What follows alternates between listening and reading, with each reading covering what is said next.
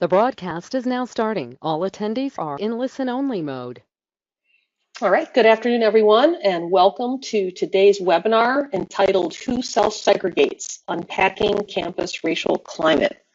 My name is Lori Savada, and I will be serving as the technical producer for today. So my job is to make sure that everyone can see the presentation and hear my voice. You should be seeing the title screen and hearing my voice, and I want to do a quick tech check to make sure that's happening. So I'd like to direct your attention to the control panel on your screen. If you look at that, you should see a little, sort of like a cartoon hand there. If you could just go ahead and click that, that lets me know that all is well on your end and you're able to see and hear all right. And I'm seeing a number of raised hands, so thank you so much for doing that. All right, so online and also presenting with me today is Julie Park, and I will be introducing Julie and turning it over in just a few minutes.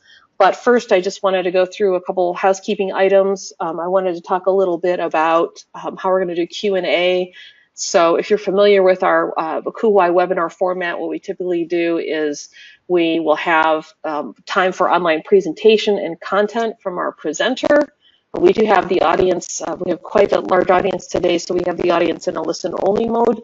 So as you think of questions throughout the presentation, again, I'd like to direct your attention to the question box on your control panel. You can find that.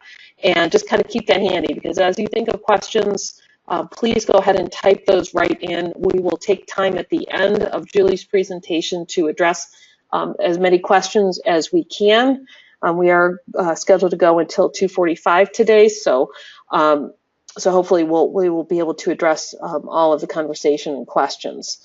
If at any time you have any technical issues, like for some reason you can't hear, you're having audio issues, or maybe it just seems like the slides aren't advancing, please go ahead and find me in the control panel, and you can go ahead and send me a message through chat, and I will attempt to assist you with any issues that you might be having. I wanted to mention that also we will be recording the webinar today, so if you have any colleagues who may have missed the presentation or you want to go back and rewatch it, we'll be sending out a link to that recording after the webinar, and we'll also be placing it in our KUY online library. So I would like to go ahead and introduce Dr. Julie Park as an Associate Professor of Education at the University of Maryland, College Park. Her latest book, Race on Campus, Debunking Myths with Data, is a critical examination of inclusion and equity on our campuses, and it provides compelling evidence that implores us to think differently about what we believe we know about the underrepresented students we serve. Welcome, Julie. Thank you so much, Lori, and thank you to everyone here for joining me on a Friday afternoon. I was very disappointed to miss the original KUY State of the Profession event that I was slated to give this talk at. My flight was canceled due to the crazy snow that all of you experienced, or many of you experienced in Chicago. But I'm so glad that thanks to the magic of the internet, I'm able to connect with so many of you across the country and share some of my research today. So yeah, as Lori mentioned, today I'll be talking about some of the findings from my book, Race on Campus, that came out this fall, and making connections to residents' life as well. I'm pressing the button on my, oh, okay, great. Okay, so what we're going to talk about today. I centered my talk around this term that some of you may have heard, self-segregation, and I put that in quote marks because I actually think, what people intend when they say the term is not exactly supported, right, by the evidence. And so-called self-segregation on our college campuses, and what does the research actually say? And I want to unpack some of the background by thinking, okay, there's a lot of misinformation about out there, especially around students of color and their patterns of engagement during college, right? There are a lot of stereotypes. So why does this misinformation abound? Where does it come from? I'll be talking about what does the research actually say on same race or affinity type spaces. So whether that's, it could be a campus student organization, it could be students hanging out in the dining hall together, it could take a lot of different ways, shapes, and forms. And then I'll go over some of the research that actually shows who is self-segregating or dividing persistently by race ethnicity on our college campuses. And I'm going to tie all of this back to this theme of System 1 and System 2 thinking. And so while those terms, you may or may not be familiar with them at the onset of my talk, I'm hoping that they'll enter your language by the end is one of my goals, to help us think about the way we think, actually. And so I'm going to talk about the need to disrupt System 1 thinking, which I'll explain in more detail. Okay, so for all of you who work on college campuses, I'm sure when people find out you work on a college campus, you get all sorts of interesting comments, questions, many of them probably unsolicited. And one that I've actually heard just as a layperson, you know, and when people find out I work in higher education, and especially when they find out that I work with students of color, especially in both in research and practice, you may have heard comments like, oh, what good is diversity? Or, oh, you know, we've solved the equity problem, which is totally delusional, but I've actually heard people say that, like, oh, we've gotten all these students of color to college, but, you know, I don't know how helpful it is because themselves when they come to campus. To clarify, I do not agree with these statements at all. Hopefully that's obvious, but they are definitely ones that I've heard just out there, kind of out there with everyday good people who have this impression, right, that diversity maybe raises more problems than it solves, or people who don't understand, you know, what is the purpose of diversity? And I think some of our students come in with those attitudes as well, right? And so you might hear students who say, well, you know, this campus has a lot of different types of students, different types of people, but it seems like, oh, it's hard to start a conversation with someone who's different. And there might be some truth to that. But there sometimes can be these underlying thoughts that at the end of the day, diversity is actually counterproductive. And, you know, one of the great books out there is Dr. Beverly Daniel Tatum's classic, Why Are All the Black Kids Sitting Together in the Cafeteria? And I think that title, which is just so great, really sums up a lot of this mystery that people have and this perception that, you know, the idea that students of color would dare sit together for lunch, right, is something that's problematic and an object of curiosity, right? And so it's not just, and so you may have heard this term self-segregation thrown around. I really don't like it, but, you know, in order to address why it's problematic, I have to reference it. And you may have heard even, you know, people on, you know, not just students or not just people outside of higher education, but even student affairs educators might toss out that word as well. And they might say, oh, self-segregation, it happens so much in spaces like campus dining or affinity housing or ethnic, cultural student organizations. Those are some of the spaces that I think people are thinking about. Well, what does the research say about those types of statements? So to backpedal a little, I'll go back to this slide. You know, it's interesting because I've heard those comments so many times.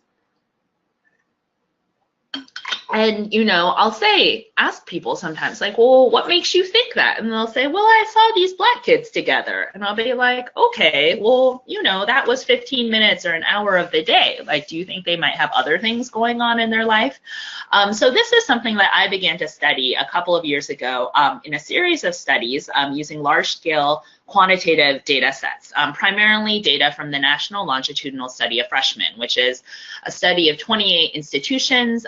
It was administered by Princeton, and it asks pretty detailed behavior questions about students' behavior related to their closest friends, who they interact with on a daily basis, the types of student organizations they've participated in. So with my colleagues, Young Kim and then also Nick Bowman, I published a series of studies looking at things like the impact of student organizations on interracial friendship or different types of cross-racial interaction in interracial friendship. So what are some of the outcomes associated with this? And so through this rabbit hole of research, in a study that Nick Bowman and I did, we found that counterintuitively, perhaps, ethnic student organization participation, so participating in these types of groups that are oftentimes the face of so-called self-segregation, in our statistical analyses, participating in them was actually linked with higher cross-racial interaction for Black and Latinx students. So higher, not lower, totally different than what I think a lot of people think when they look at these clubs. And then not only that, but the general body of research on interracial contact and friendship and engagement says time and time again, students of color have the highest rates of interracial contact and engagement, and white students have the lowest. And so that's a pretty consistent finding across many different studies from the past 2 decades, different data sets. And a lot of that is because on a lot of campuses, students of color don't really have a choice. You know, they really have to interact. It's harder for them to only be surrounded with people who are the same race ethnicity 24/7. But that opportunity is higher on many campuses for white students, and partially because of demographics, but then also because of some of the communities that are cultivated on campuses and what sort of communities that might actually encourage greater cross-racial engagement. So for instance, ethnic student organizations, and organizations that actually might discourage cross-racial interaction, like potentially traditionally white fraternities and sororities, which I'll talk about later in the presentation. Okay, so it's students of color, it's ethnic student organizations that are linked with higher rates of cross-racial interaction, and students of color who are having higher rates of interacting across race. But that's not what we hear in the popular conversation. In the popular conversation, and not just in the media, but even when you talk sometimes with other student affairs professionals, you'll hear this idea that campuses are so pervasively divided by race and that it's mostly the fault of students of color sticking together. And so I want to throw out an idea that I hope will be provocative. You know, I think in understanding this pattern, I think there are a lot of potential explanations for why are people's assumptions so far off what the data say. And one very compelling explanation I would provide is that is really drawing from the field of and research on cognitive bias. I have this handy graphic. When you Google image for cognitive biases, there are actually a lot of graphics, which is great. So cognitive biases basically explain different ways that our brains trick us, that we like to think that we know everything that's going on, but actually we are wired to stumble. And the thing is, we actually don't know that we're stumbling most of the time, which is kind of ironic, but really speaks to the power of these biases. And so some of them are specifically related to race ethnicity. So you can have things like, you know, stereotypes and whatnot, but a lot of them can extend beyond the field of race ethnicity. So I'll get into that a little more. Okay, so to backpedal, cognitive bias can really help us understand these concepts of cognitive biases can really help us understand why misinformation in general abounds. So you may have heard people say things like, oh, we're in this post-truth era where people think about fake news and how do you know something is right? And that's really troubling. And of course, a lot of these things might be amplified by social media, and it becoming sort of an echo chamber, right? Where there are algorithms now, which sort of feed into you being more likely to hear things from people that you already agree with, which, you know, might make your day run a little smoother, but isn't necessarily the best for cultivating diversity of thought, or with that, maybe having your assumptions pushed more. And it's a very ripe and fertile field for cognitive biases to basically run rampant, unfortunately. And so when it comes to higher education, people have no shortage of opinions. You know, I've heard things like, I went to college, which is great. And people are like, I saw a college. I saw it on TV. I'm like, that's great too, right? So there's a lot of this, I heard this, I heard that, I don't know. I heard someone's cousin's kids, third nephew, right, had this experience, etc. Well, what is it sometimes about these things that we might hear through the grapevine? Why are they more prone to stick in our brains sometimes? So cognitive bias can really explain, you know, one handy phrase to think about what do cognitive biases do? They make us basically predictably irrational. And there's a scholar now at Duke, Dan Ariely, who's written great, really fun sort of pop social science books about this. And in short, research from the field of behavioral economics and psychology really speak to this idea that we think we know everything, but actually we're pretty irrational. We think we're these very illogical creatures who take all the information, really soak it up, are really weighing through the data, are really weighing through different opinions, but we actually don't. And our brains are wired in a way where we're less likely to pay attention to certain things and more likely to pay attention to other things. In other words, we are predictably irrational.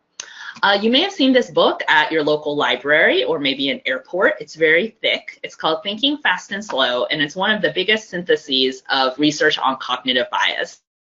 And the field was really pioneered by two people, Amos Tversky, who's now deceased, and Daniel Kahneman, who is an economist, really did it all.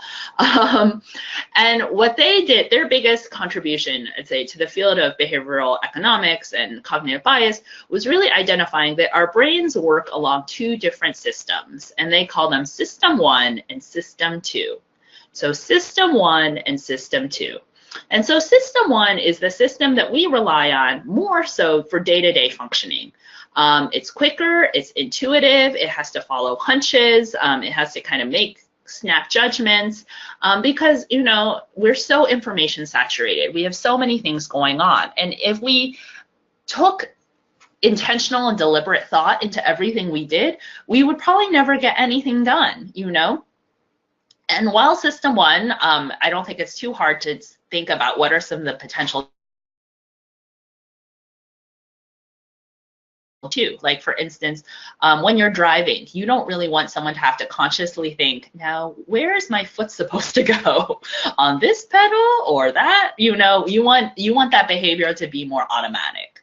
So that's some of the good things that System 1 does for us. But as you can imagine, System 1 also is the primary explanation for why we are wired to stumble more, because we are trying to get through so much information and make these quick decisions that sometimes we don't see the full picture. Now System 2, fortunately we have System 2, and System 2 is slower. It's the part of our brain that represents a more deliberate thought, weighing multiple perspectives, thinking about disconfirming evidence, right? So the part where you're really, you're making your list of pros and cons, that's where System 2 comes in. Okay, so our default is System 1, though we're not. We might think we're System 2 people, and maybe in higher ed land, there's spheres of higher ed that have, are so supposed to be even more System 2 oriented. I'm thinking your institutional research people, right? You would hope, but System 1 is really what rules the landscape, both for us, the very people that are running higher ed, and then also the public. And so I think there are huge implications for why we sometimes feel that people misunderstand higher ed, not just race relations within higher ed, but higher ed in general, right? Whether it's assumption that it's like, oh, students don't really do anything, they're just wasting their parents' money, etc., right? That's probably a thought that's reflecting some System 1 thinking and assumptions about what students are going through when they're in college. But as you might imagine, System 1 thinking, I would argue, and this is one of the core arguments of my book, System 1 thinking has really difficult or really negative results, I'd say, when it comes to race relations a lot of the time. Not only is System 1 the underlying explanation for, say, stereotypes, right? Those types of negative assumptions.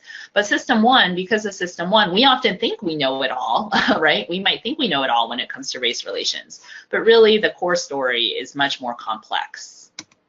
Okay, so to recap, so System 1 is a form of System 1, with this context of cognitive bias, explains ways that our brains are suspect to things that influence, right? That, the things that we think are right, but are not necessarily right.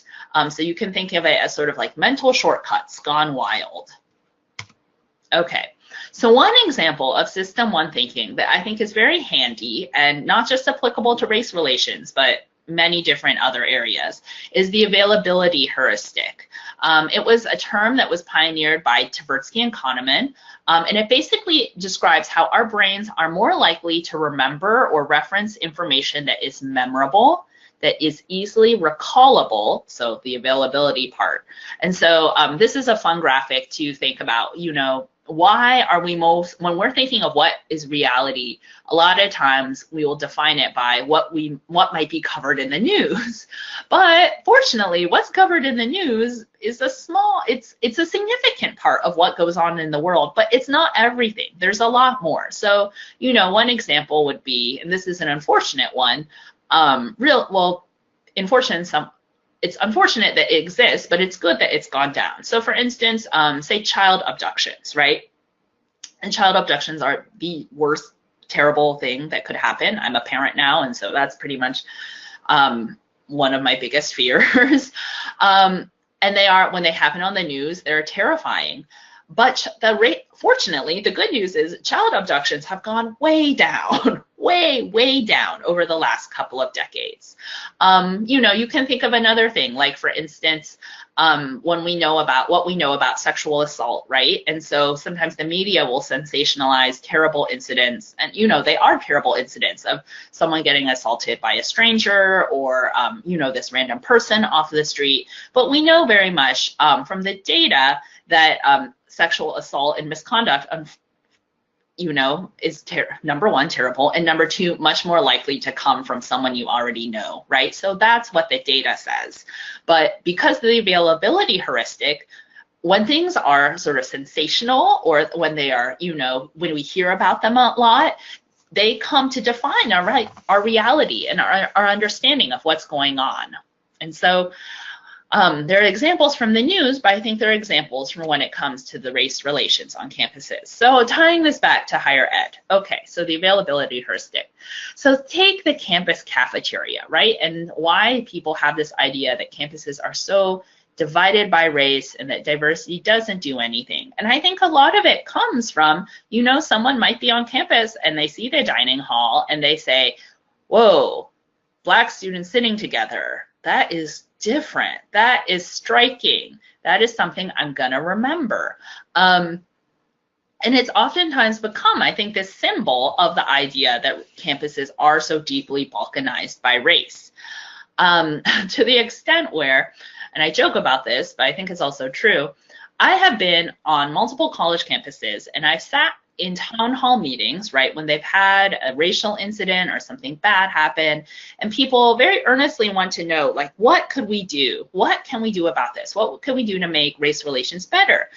And inevitably, some well-meaning soul will propose, well, why don't we have a day where we just sit in different places in the cafeteria? Why don't we just sit outside our comfort zone for one day? And I think that will solve race relations. Number one, I think that's, well-intentioned. I think it's going to take a lot more than that, right? Sitting in a different place in the cafeteria to improve campus race relations. But number two, it really speaks to the power of the image of the racially divided cafeteria as being both supposedly both cause and symptom of what's not happening, of some of the bad things, right, going on our campuses with race relations, unfortunately. And it really feeds into this perception that campuses are so stubbornly balkanized by race, and in turn, people put the blame on our students of color. And so this is a quote from the Georgetown Voice, and it's a well-meaning quote, I'm sure, by a student columnist, but they're talking about cultural associations and affinity housing. And so what they argue is what the editorial writer wrote, and so I think this is reflecting this idea that there's stubborn self-segregation. They say the popularity of student cultural organizations and the establishment of cultural housing has been counterproductive to the values that Georgetown wants to install through diversity. While I respect and admire the work of these clubs, often the diversity they advance also fosters an environment where each ethnic group remains with its own, right? So this is one student, and it's his observation, basically, of thinking that clubs, student ethnic organizations, and clubs are basically contributing to a more divided campus, right? Trying to click. Okay. So going back to our friend, the availability heuristic. So I would argue the racially divided cafeteria, that image, right? And with that, things like ethnic student organizations, ethnic student clubs and their events, I think they really are sticky targets for people's memories. They are easily recallable. they're memorable, right? And this is so fascinating because, for instance, I used to work at Miami University of Ohio, and at that time, the campus was about 80+% white. So you had tables and tables of white students who sat together every day. No one said anything.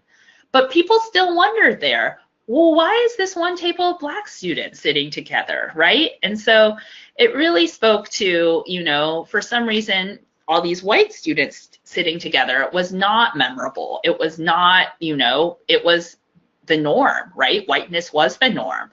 But take a table of black students and everyone's like, what the heck? What's wrong with these students, right?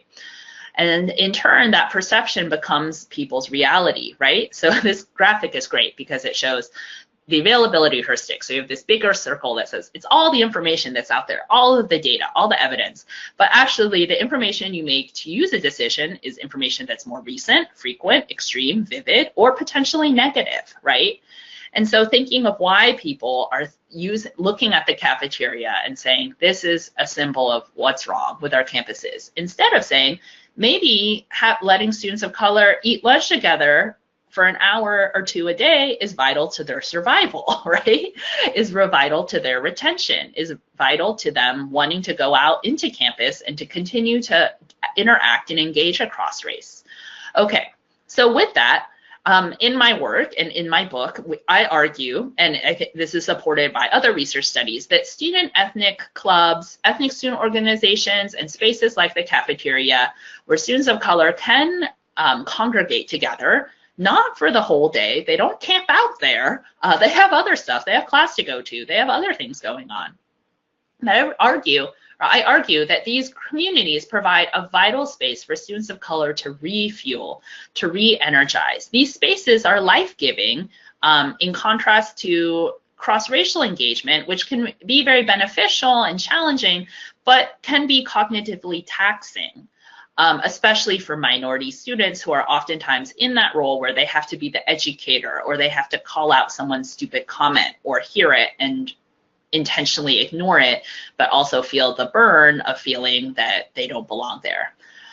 So these spaces provide a space where, you know, students of color are hopefully hanging out, right, having good conversations, and they may be challenged to think of other points of difference that don't always rise to the forefront when the primary difference between them and someone else's race. So within, say, a Black student union, they might have conversations about, you know, colorism within the Black community, or they might have conversations about, you know, class disparities, etc., gender, sexual orientation, all of these things. But they're able to start at a different starting point because most of the students will be of the same race ethnicity. And there is value to that. I think there's real value to that. There is value to cross-racial spaces as well.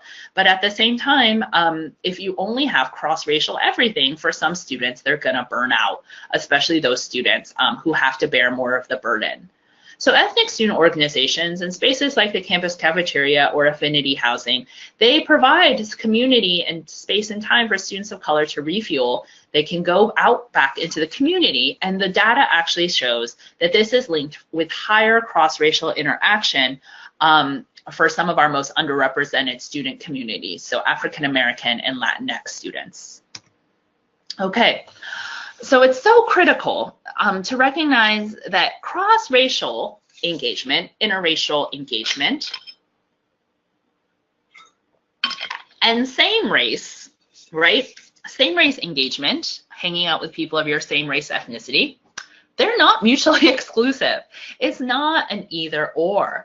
But, you know, I think sometimes they are presented as an either or. Like, oh, how could you go hang out with that Asian student club, right? Are you only going to hang out with them? It's like, well, no, I'm still going to be in many other spaces where I'm hanging out with people of different race ethnicities.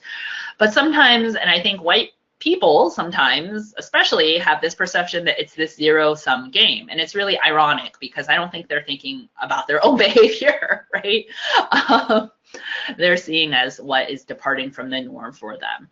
And so, you know, as important and critical as diversity is, we need to recognize that it's not 24/7, it doesn't always have to be that cross-racial engagement. I think now, on the other hand, if there is no cross-racial engagement, I think that is problematic, right, across the spectrum, white students, students of color, etc., because there are so many important opportunities that are linked to cross-racial interaction and engagement in forming a racially diverse social network. We have research that talks about the importance of diverse social ties for being able to enter into different employment opportunities, right, networks and things down the line.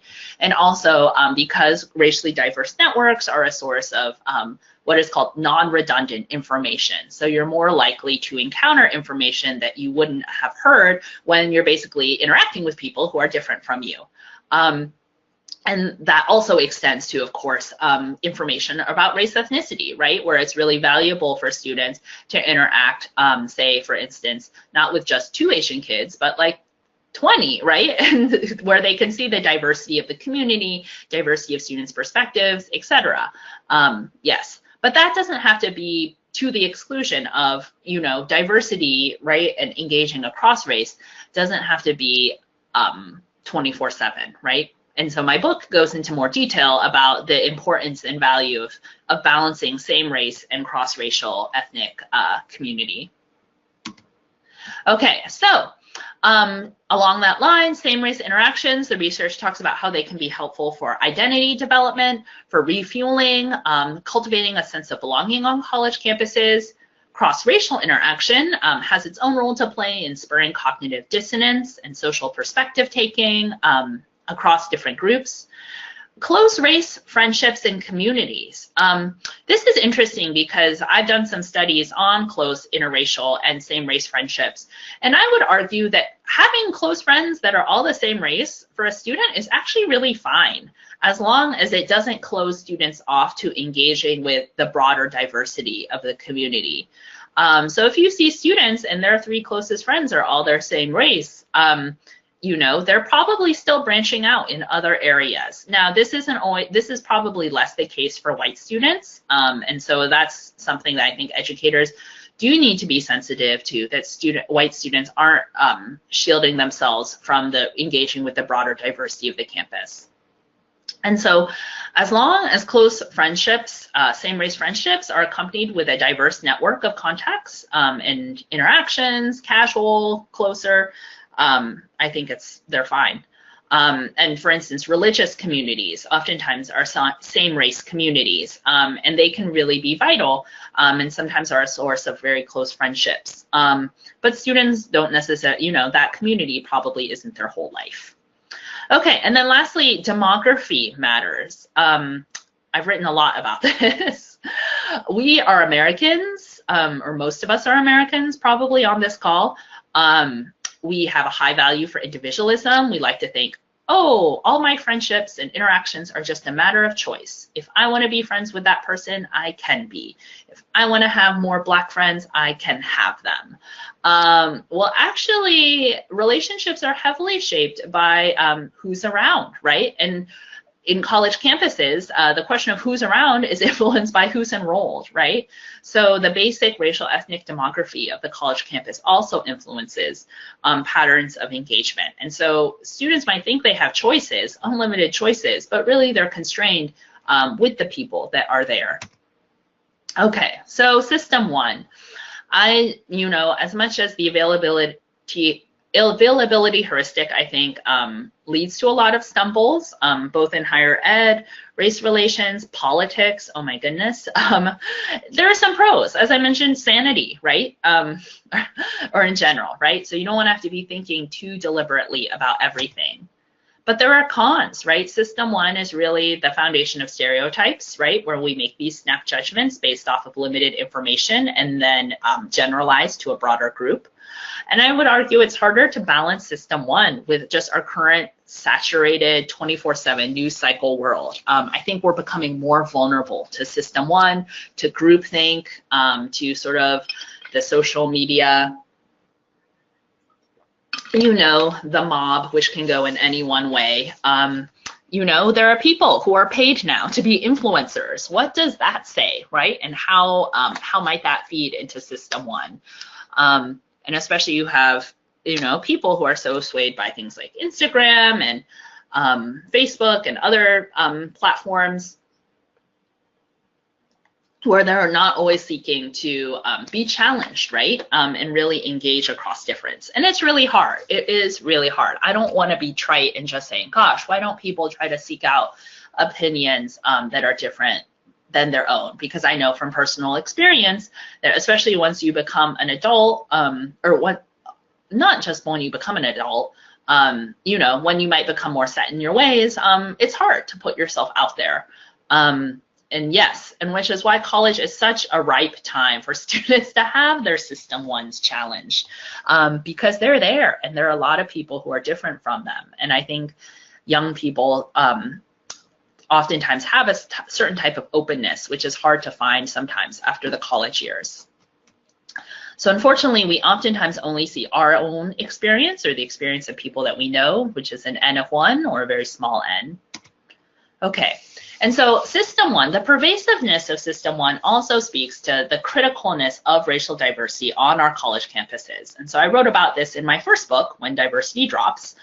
And I explain, and many of you may be familiar with, both the social justice rationale for diversity, but additionally, the need to bring together a racially diverse group of students because of the higher likelihood where you're going to interrupt System 1 thinking, where you're hopefully going to interrupt student stereotypes, where some student might say, I think this about this issue, and then you have a student from a different racial ethnic background who puts up their hand and says, actually, I've had a totally different experience, or actually, I know people in my community who've had a totally different experience.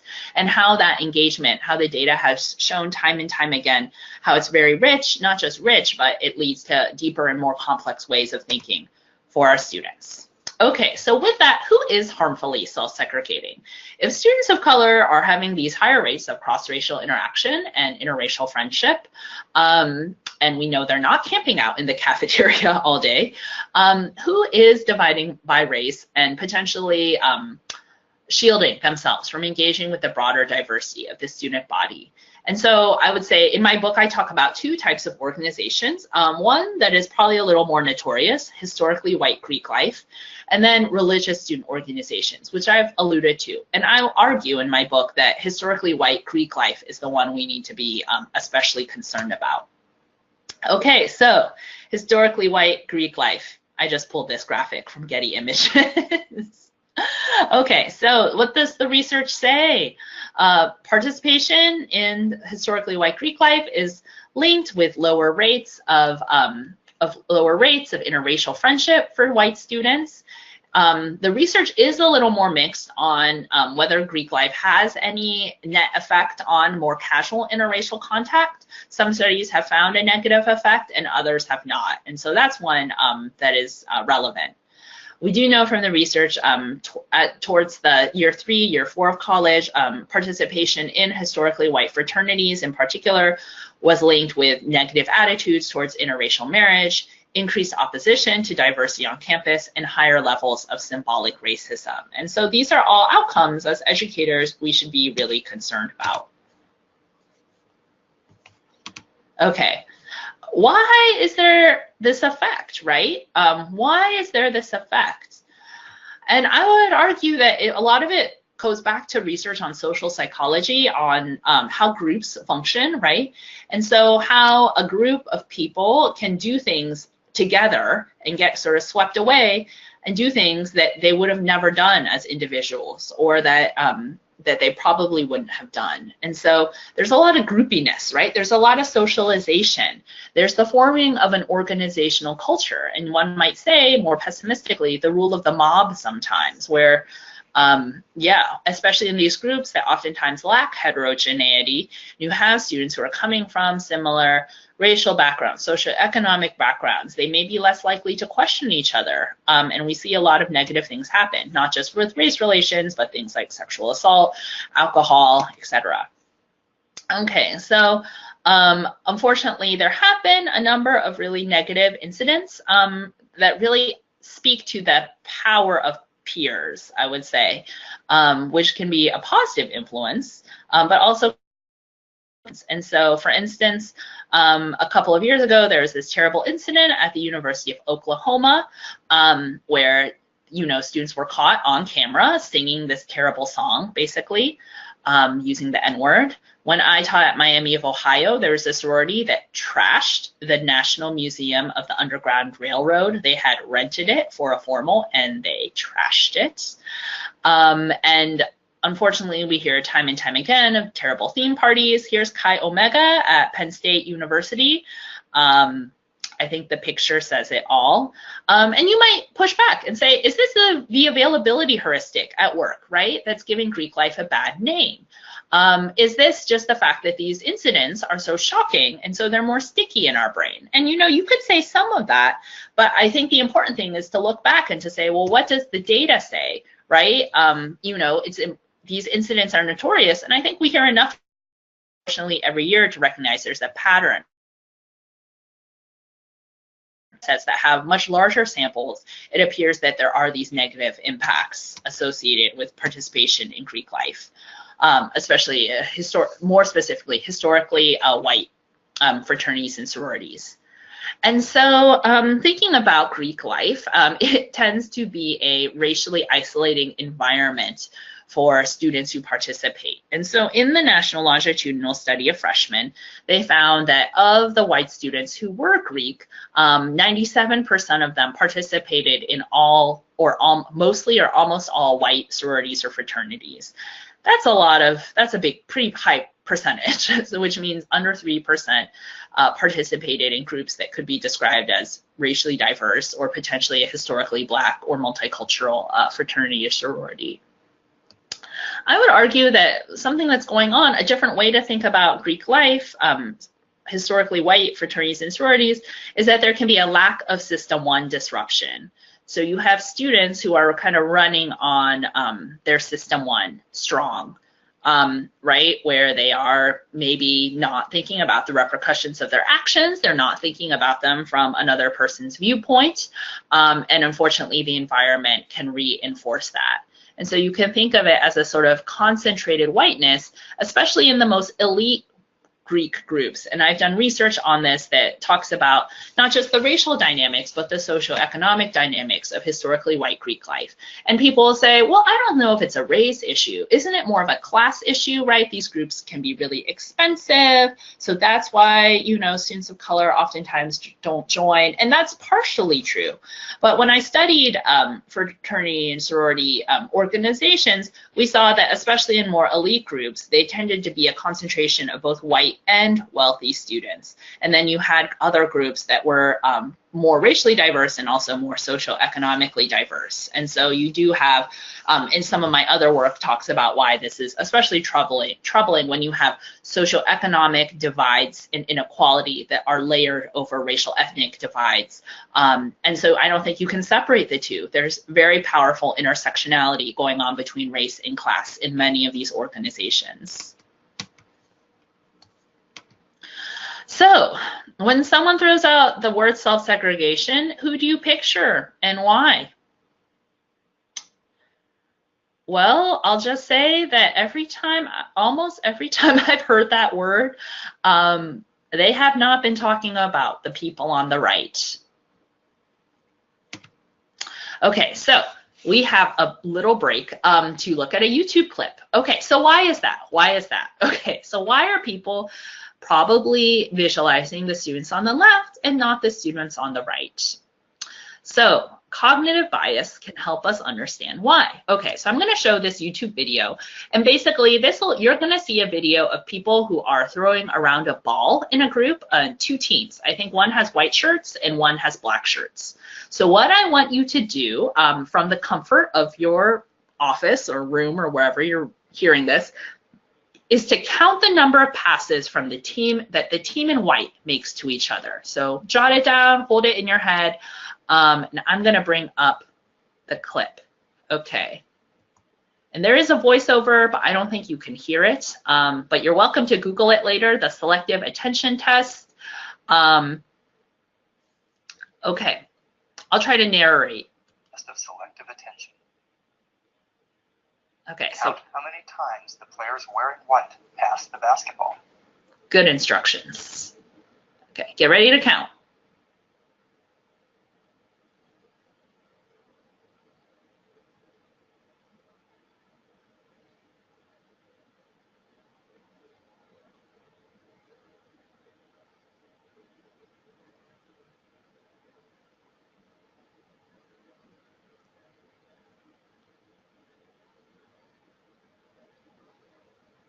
How many passes did you count? The correct answer is 15 passes. But did you see the gorilla? Did you see the gorilla? Again. Enter gorilla, beats his chest, walks along. This video is from research Okay. by Daniel Simons and Christopher Spree and is copyrighted. All right, back to our slideshow. Available for use in talks, training, and teaching on DVDs from VisCog Productions. Okay, so it's a shame that I Learn can't more see at you in the audience. invisiblegorilla.com. Half of people do not see the gorilla. Half of the people. And Lori, our moderator, very kindly confessed that she did not see the gorilla. So you're in good company if you didn't. When I do this in talks, usually about a third of people raise their hands and say that they didn't see the gorilla. I don't know if a few people just don't want to confess, or because really more like a third don't see it. But it's a good proportion, right? That people miss it. So you're like, what? So you're probably like, what does this have to do with higher education? These gorillas. So I want to pose this question. What gorillas do we miss when it comes to race relations in higher education? What gorillas are right there in our face, but that we are totally missing? Because as the concept of selective attention basically explains, we tend to focus on what is unusual or memorable, or we focus on things, we can only focus on so many things at a time, right? And so I would say sometimes we have our focus on, say, students of color, right? And there's a lot that's going on. There are gorillas walking around who fly off of our radar. Okay. Okay, whoops. All right, so in thinking of why is historically white Greek life still white, majority white at most campuses, just to give you a small crash course, for instance, I would argue that it seems that Greek life sometimes has challenges dealing with the influence of the past in current times where there is no formal exclusion. And so I've oftentimes heard a lot of comments like, these things are in the past, but there's no problem now. Well, I would argue there are repercussions for the present. So for instance, for decades, people of color oftentimes were not allowed to own property, not just on college campuses, but writ large. And so that would influence things like ownership, right, of property, of houses and things like that. And so if you can think of, Asian Americans, African Americans not being able to buy property, but certain other groups, primarily whites, being able to buy property, that's something that trickles down to the present. By 1955, only one sorority actually had any formal exclusionary policy, and this was written by, there's a great old historical book called Fraternities Without Brotherhood that was written in the 1950s by Alfred McClungley. However, they remained all white. They didn't need a formal exclusionary policy. The culture had already been set, and I think as this picture shows, that sometimes that continues today. In my book, I argue that many historically white fraternities and sororities really cultivate a culture of organizational culture of colorblindness, right? So they equate race with thinking about racism, and they say, well, no one is a racist, so then how do we talk about race, right? So whose fault is it that historically white Greek life remains predominantly white? And sometimes I have heard people say, well, it's students of color, they have their own groups. Well, what does the data say?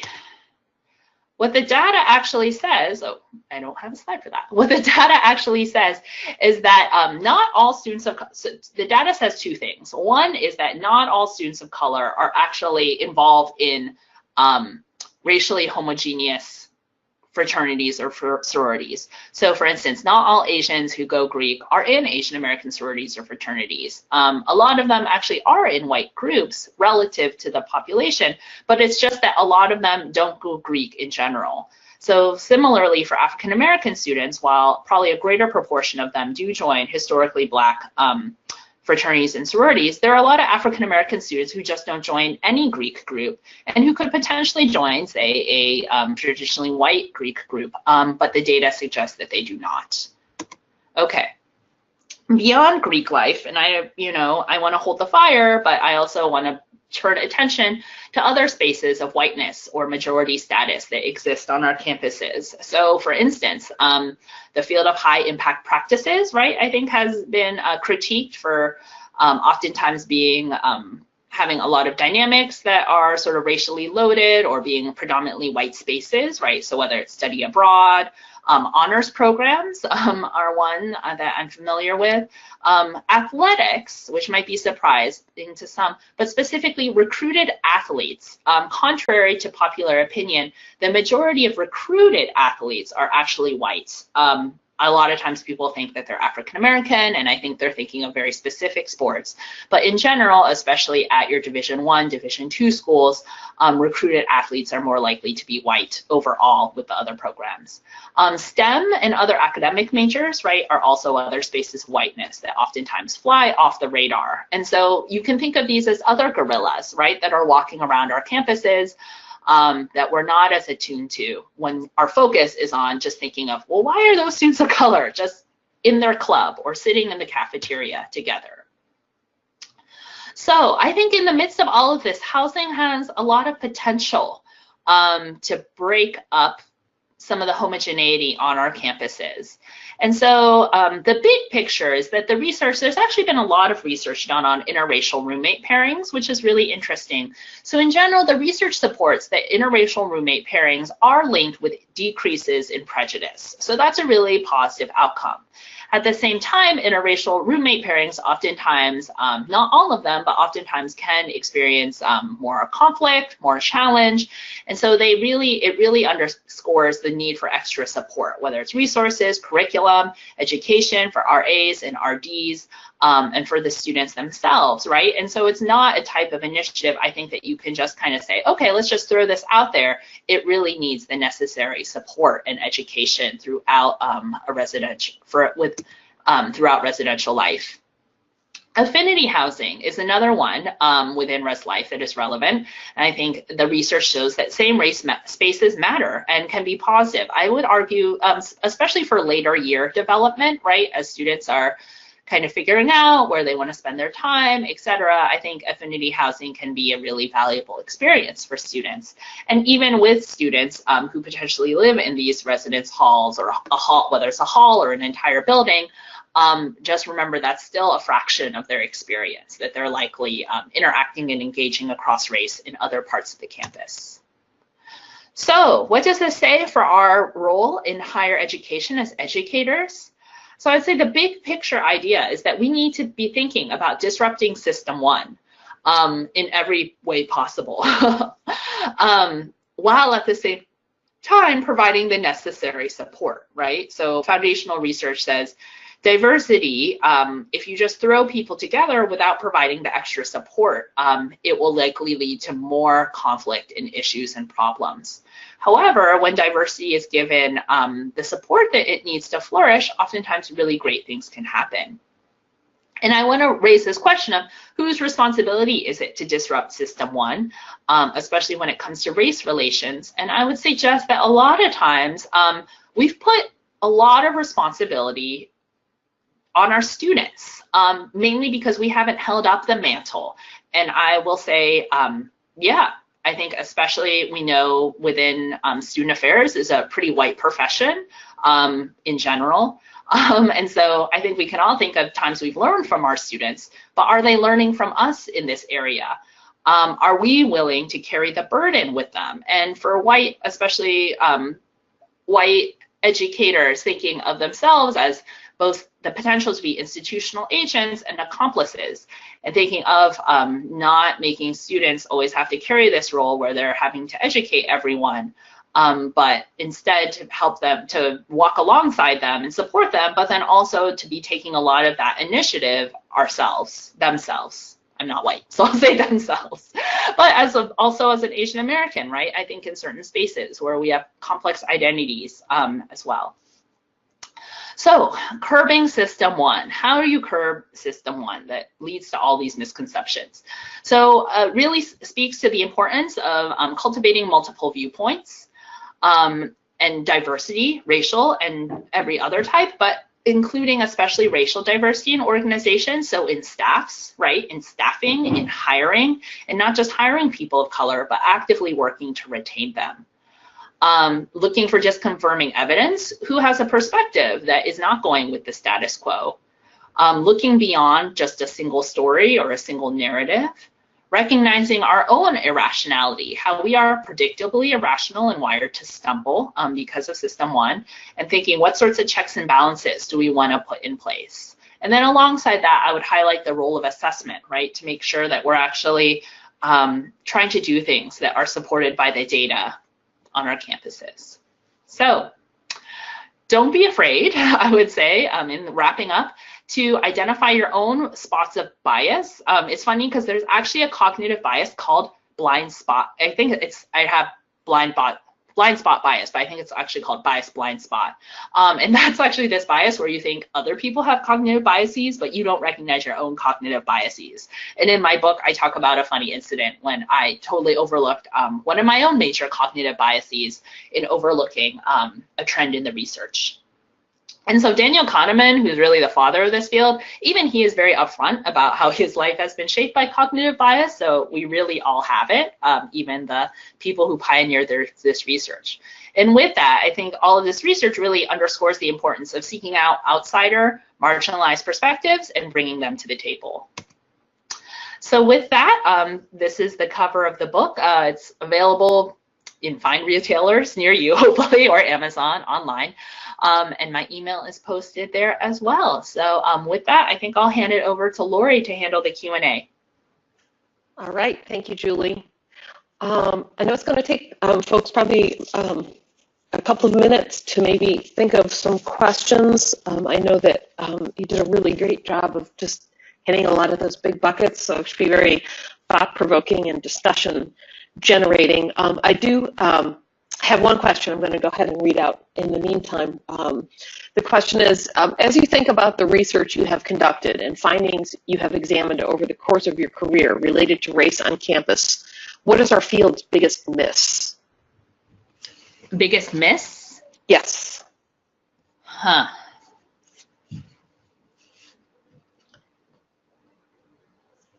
What is our field's biggest miss? I would say two interrelated things. One is just the overriding influence of inequality once students are already on campus. So I think we're pretty well versed in understanding how inequality influences their pathways to college, or who goes to college, who doesn't. But sometimes I think the way we act is to assume that once everyone's here, that everyone kind of has an equal shot, and they don't. That inequality shapes all of this, whether it's opportunities for cross-racial interaction, opportunities to engage in the classroom, all of those things. And so I would say just the overriding pervasiveness of inequality, but our assumption and sort of default status is to start with this assumption that we're sort of starting out as this in this place as equals. So with that, the related thought is that how the inequality that influences how students get to college influences what's going to happen to them once they're in college.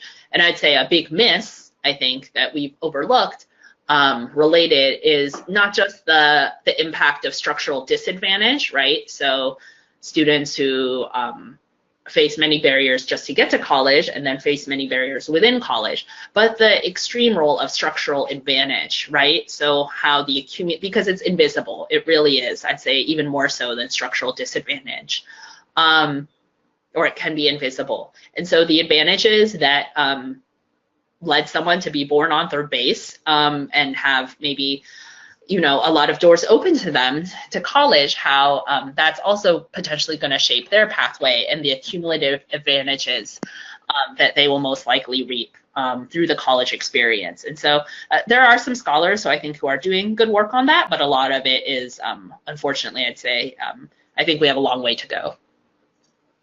All right, great. Thank you very much. We've got quite a few questions rolling in now. So, yes, the next question is, can you speak more to the positive impact of affinity housing on later years? Yeah, I think it, and it's potentially, I mean, I would love to hear more from practitioners who are on the ground in terms of timing, right, of affinity housing. But I think it can be a really powerful experience for, 1 to however many years of college to be in a whether it's a hall or a building where there's intentional education and dialogue around what it means to be of a particular race ethnicity, right? And potentially living with people who share your same racial identity, at least I think usually is the case. Because as I mentioned before, it sort of provides a different starting point for the types of conversations that you can have. Right, so potentially going into other points of difference like gender, socioeconomic status, sexual orientation, the intersectionality of all of those. So yeah, I think those can be really good opportunities for students. I think institutions will vary, right, depending on their policies of, how many years a student might live in that type of housing. And I think it speaks to thinking of the overall campus racial climate as well. But then at the same time, I mean, affinity housing is generally, I don't think it is legal. While it's targeted housing, it's open to all students, if I'm not mistaken. I'm pretty sure it would be illegal to not let it be open to all students.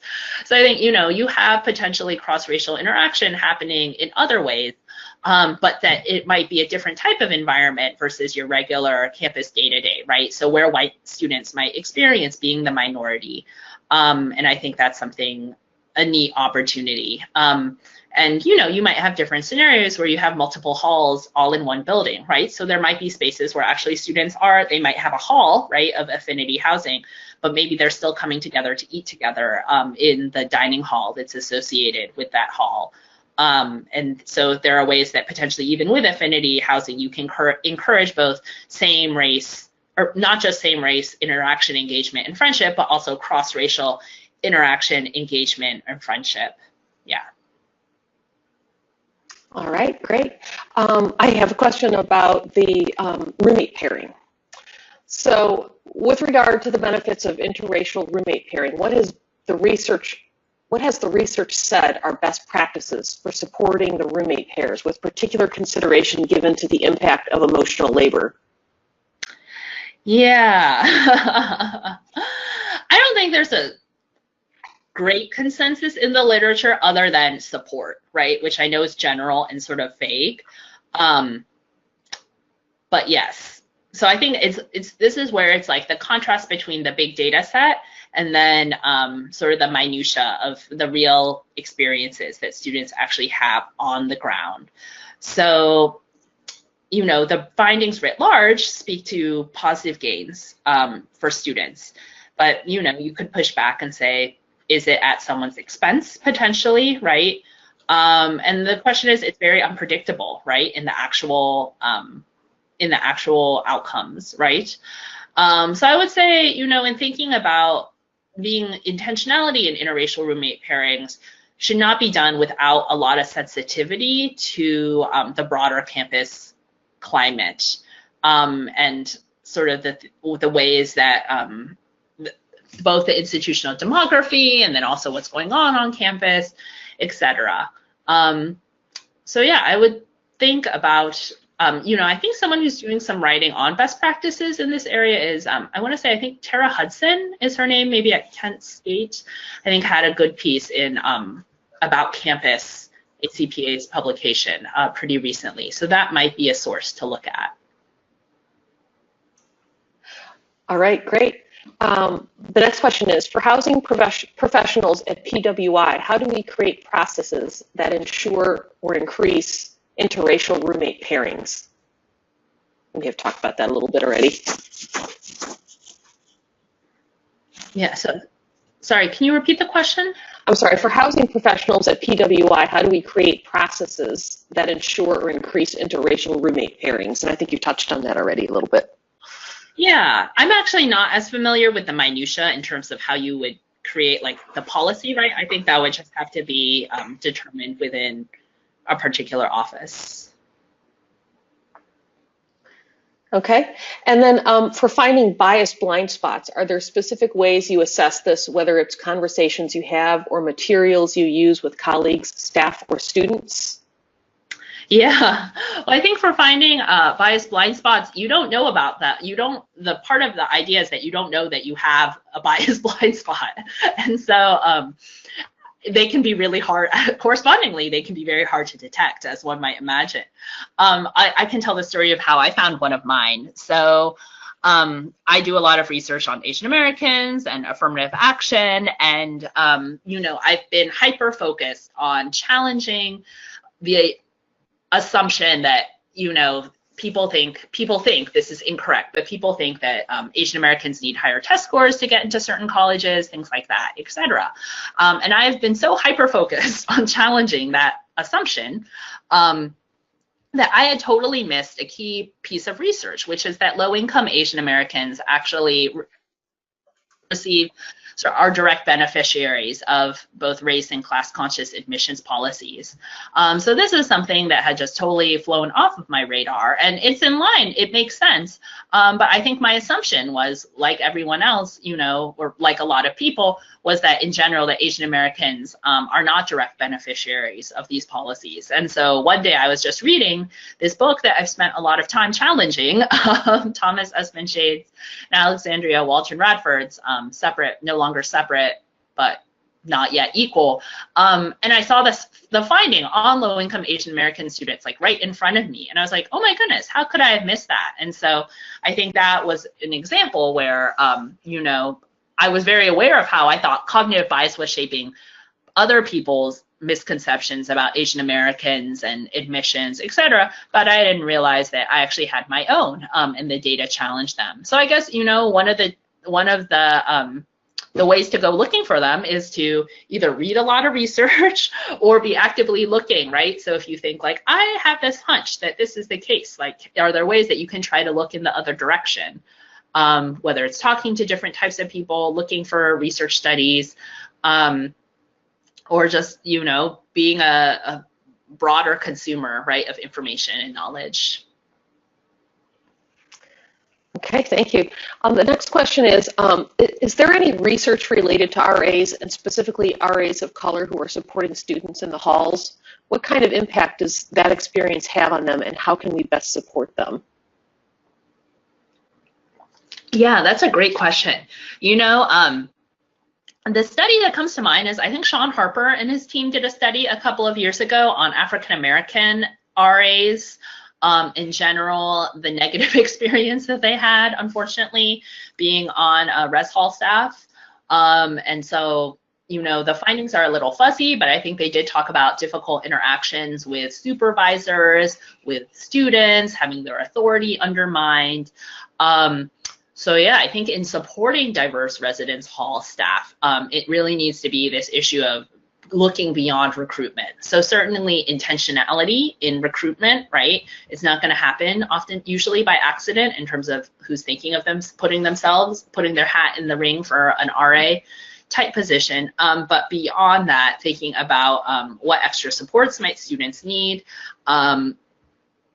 education for supervisors, just being very sensitive of the different dynamics, and then also being open to really encouraging students to say, like, if there are things that, you feel like you're either encountering or being, that you're not happy with, like, to really have that open door policy and to be actively checking in on those students and seeing how you can provide appropriate support.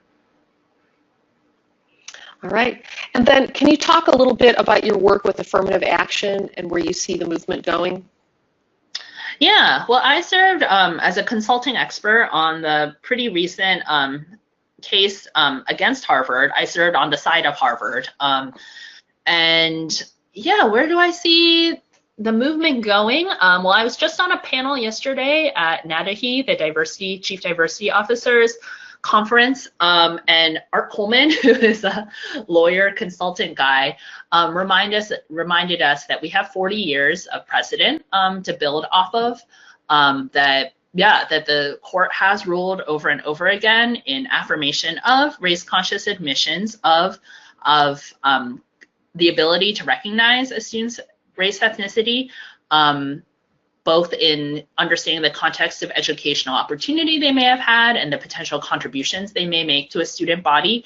And so that was very heartening. It is my hope that, that these policies will continue to be legal, because they are indispensable really to our ability to both recruit and retain racially student bodies. And I think it's important. I think most people on this call are administrators in some capacity within student affairs, to not pull back, right, in how you're talking about race out of any sort of fear that there are going to be restrictions, because right now we don't have those restrictions. And while the movement opposing race-conscious admissions policies continues to attack them, I think there's a strong legal collaboration of lawyers, policymakers, and researchers who are committed to defending them. So I would say don't pull back. Don't pull back. We know that racial inequality is so entrenched on our campus, and the answer is not to pull back and only rely on sort of this colorblind ethos, but to address these issues head on. And if anything, to become more fluent, to become more explicit about our commitment to anti-racism, especially in this climate where we do see a rise, unfortunately, of hate and bias incidents on our campuses. Great. And it looks like we're getting close to our stopping time, but I do have one more question. Sure. The question is, you spoke in regard to the research on Greek life. Have you, or do you know if there is research being completed on students coming into college on this type of issue? For example, the students that were publicized from Hoover. All right, what was the last part about Hoover? For example, the students that were publicized from Hoover. So is there research on students coming into college? So does that mean like at the when they're entering college? Right. So do you know if there's research being completed on students coming into college on this type of issue? So, and I think they were referring to students from Hoover, Alabama. Oh. Yeah, I'm not sure. I'm not sure, actually. Yeah, I think that's an area that's ripe in need of research, though. All right. Well, thank you so much. I think we're going to go ahead and wrap up any of the remaining questions that we have. We can go ahead and pass those comments on to Julie to respond to those questions. But I'm going to go ahead and wrap up as we're getting towards 2:45. So I just wanted to thank you, Julie, so much for sharing your expertise with us today and your perspectives on your research and your book. It was extremely helpful. And I would like to thank our listening audience also for spending time with us this afternoon. I did want to remind everyone that we are recording the webinar, so we'll be sending that link out. And before I wrap up, Julie, did you have any closing comments you'd like to make? No, but thank you for hosting me. It was a pleasure. All right, very good. Well, thank you everyone so much. I wish everyone a happy Friday and have a great weekend. Thank you. Bye-bye.